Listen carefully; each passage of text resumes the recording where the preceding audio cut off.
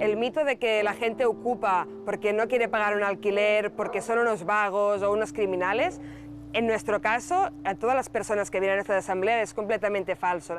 Son familias que cuando llegan a nosotras están en una situación completamente de necesidad extrema y que gracias al empoderamiento y al soporte que les ofrecemos desde nuestras asambleas se lanzan a buscar la única vía que tienen para tener una vivienda digna, que es la ocupación en este caso. Estoy cobrando una pequeña paga de mayores de 55 años que te dan en el paro, que son 400 euros, y con 400 euros pues no hay pisos, y si los hubiera tampoco podría vivir sin nada más. Lo que hice fue ir a servicios sociales y me dijeron que estaban en la lista pero que no tenían pisos. Y entré en contacto con la PA por casualidad, y cuando tuvimos la ocasión de recuperar un bloque de viviendas como este, vacío de hacía muchos años, pues me dijeron, pues tú también podrías. Y yo les dije que bueno, que para mí sería un sueño tener casa después de tanto tiempo.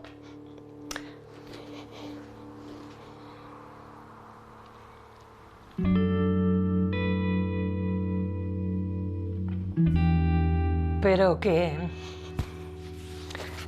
si había familias con niños, que yo podía pasar. Y bueno, al final el más pequeñito de todos, pues lo quedó para mí, y ahora lo que más me gustaría sería que nos dejaran, que me dejaran pagar un alquiler social y no pensar más en que no tienes casa, en dónde dormirás, en qué harás, en todo. Hemos querido contar, ya ven, historias de todo tipo, todas las realidades que se viven en este país relacionadas con la ocupación. Os pido, porque no os lo vais a creer, pero nos hemos quedado sin tiempo, ya sabéis cómo es la tele, siempre funciona así. Os pido una ronda final de valoración, una reflexión final sobre el tema de la ocupación, después de lo que hemos visto y hemos hablado esta noche. Empezamos por Montse.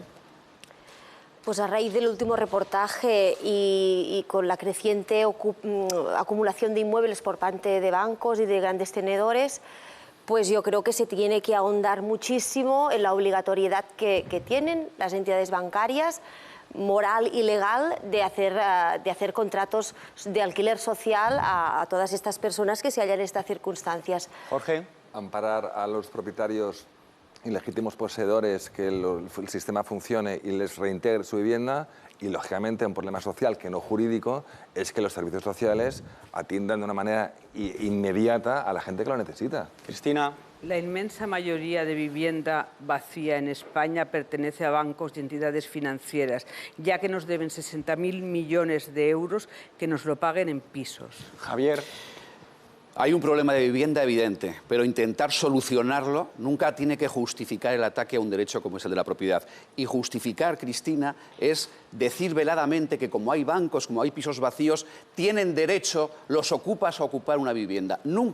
Nunca debería ser así. Es un fracaso. Los testimonios de hoy. Cristina, le respondes en otro programa, Nacho. El problema de la vivienda en España no es el problema de la ocupación, ¿no? Si nos estás viendo, lo más probable es que tengas dificultades para alquilar o para comprar una casa, pero es altamente improbable que nadie se meta en tu casa. Jordi. Yo creo que hemos visto que, en orden de importancia, los problemas en España relacionados con la vivienda son el acceso a una vivienda asequible, la protección jurídica, la lentitud de la justicia, la estructura económica que hace que grandes bancos sean promotores inmobiliarios y propietarios de bancos, que no les interesa cuestionar el cuarto problema, que son las mafias que ocupan los pisos que hemos visto en Valencia, y por último, un problema muy menor comparado con estos cuatro, es algunas usurpaciones de personas con mucha necesidad que ocupan esas viviendas vacías.